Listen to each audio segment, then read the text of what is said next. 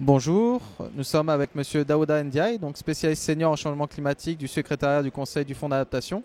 Monsieur Daouda Ndiaye, est-ce que vous pouvez parler un peu de nos activités ici à la COP et comment vous voyez le processus de négociation climat évoluer? Merci. Comme vous le savez, le fonds d'adaptation est en ce moment discuté à travers les négociations. En ce sens que le fonds d'adaptation, en ce moment, ne contribue pas à l'application de l'accord de Paris.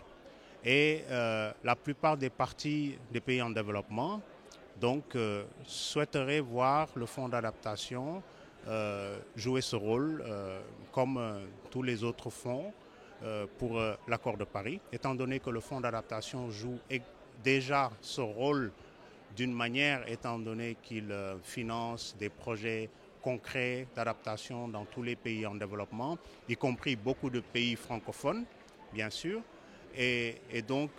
En ce moment, depuis Paris, il a été décidé que le fonds d'adaptation pourrait jouer ce rôle dans l'accord de Paris. L'année dernière, à Marrakech, il a été décidé que le fonds doit jouer ce rôle. Et maintenant, il s'agit de dire que le fonds va jouer ce rôle. Donc c'est un processus qui a été lancé depuis Paris.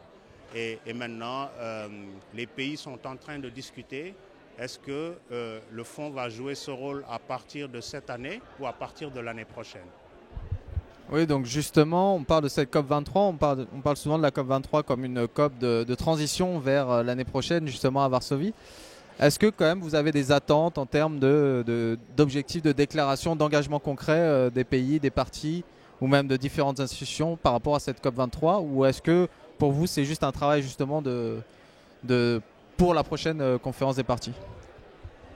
En ce qui concerne le fonds d'adaptation, quand on vient ici, il y a plusieurs rôles qu'on joue. C'est-à-dire que le, le premier, c'est que chaque année, donc le président du conseil du fonds fait un rapport à la conférence des partis pour le protocole de Kyoto.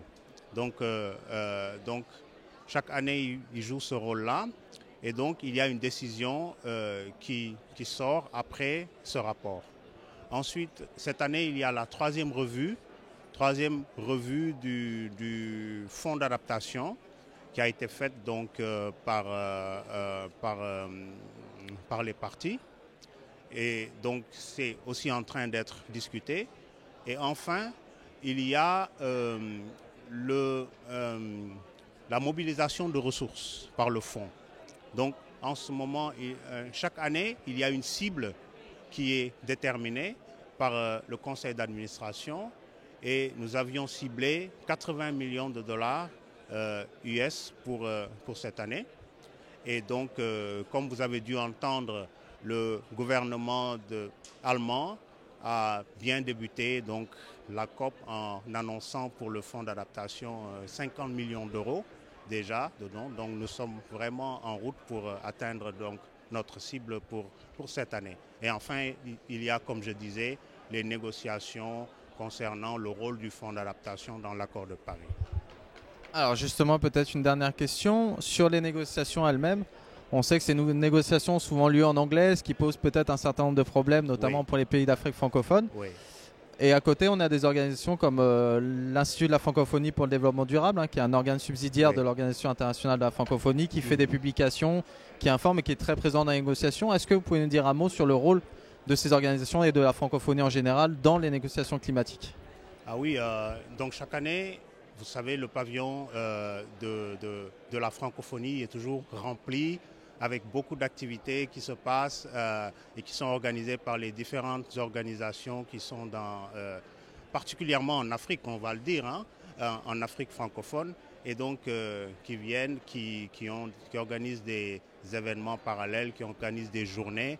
Et c'est vraiment un rôle phare que la francophonie joue parce que ces pays-là, ils pourraient, ou ces organisations-là, pourrait ne pas avoir vraiment d'opportunité s'il n'y avait pas donc, ce rôle que la francophonie joue à la COP.